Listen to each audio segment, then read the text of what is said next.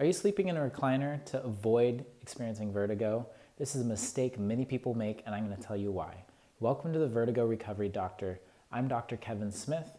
I want to help you not only figure out what's causing your vertigo, but also how you can recover from it. The best way to get my help is if you hit that subscribe button and the little bell next to it to get notifications on whenever I come out with new videos. Now let's say you wake up in the middle of the night and you're experiencing vertigo. It goes away, but then you notice that the rest of the day, whenever you're laying flat, rolling over in bed, you're experiencing this dizziness again. Now, the most logical thing is just, well, stop laying flat, right? So in order to fix that problem, maybe you go and that night you sleep in your recliner. And that fixes the problem. You're no longer getting vertigo. But let's say a week later, you're still sleeping in your recliner.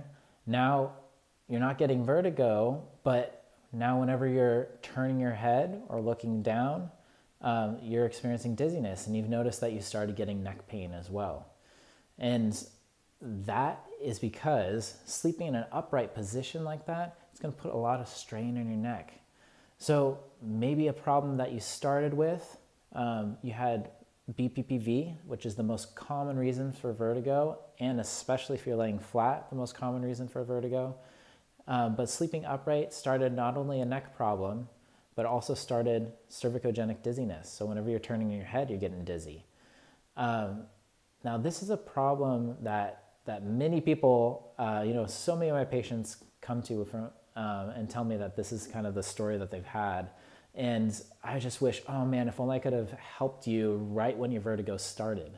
And BPPV is such an easy problem to fix, and it takes just a couple minutes. And I go over in my Vertigo Kickstart mini course on how to figure out which maneuver is best for your specific vertigo. And once we fix BPPV, the next thing, we got that neck problem to take care of, right? But you can start laying flat again. Now the problem I have is that maybe you're a little anxious and you're maybe a little fearful of laying flat. So, the brain hasn't been used to being laid flat anymore. And whenever you do, you might be getting some kind of motion sensitivity. So, the problem with sleeping in a recliner is one, that it's going to strain your neck. It's going to probably lead you down the pathway to cervicogenic dizziness.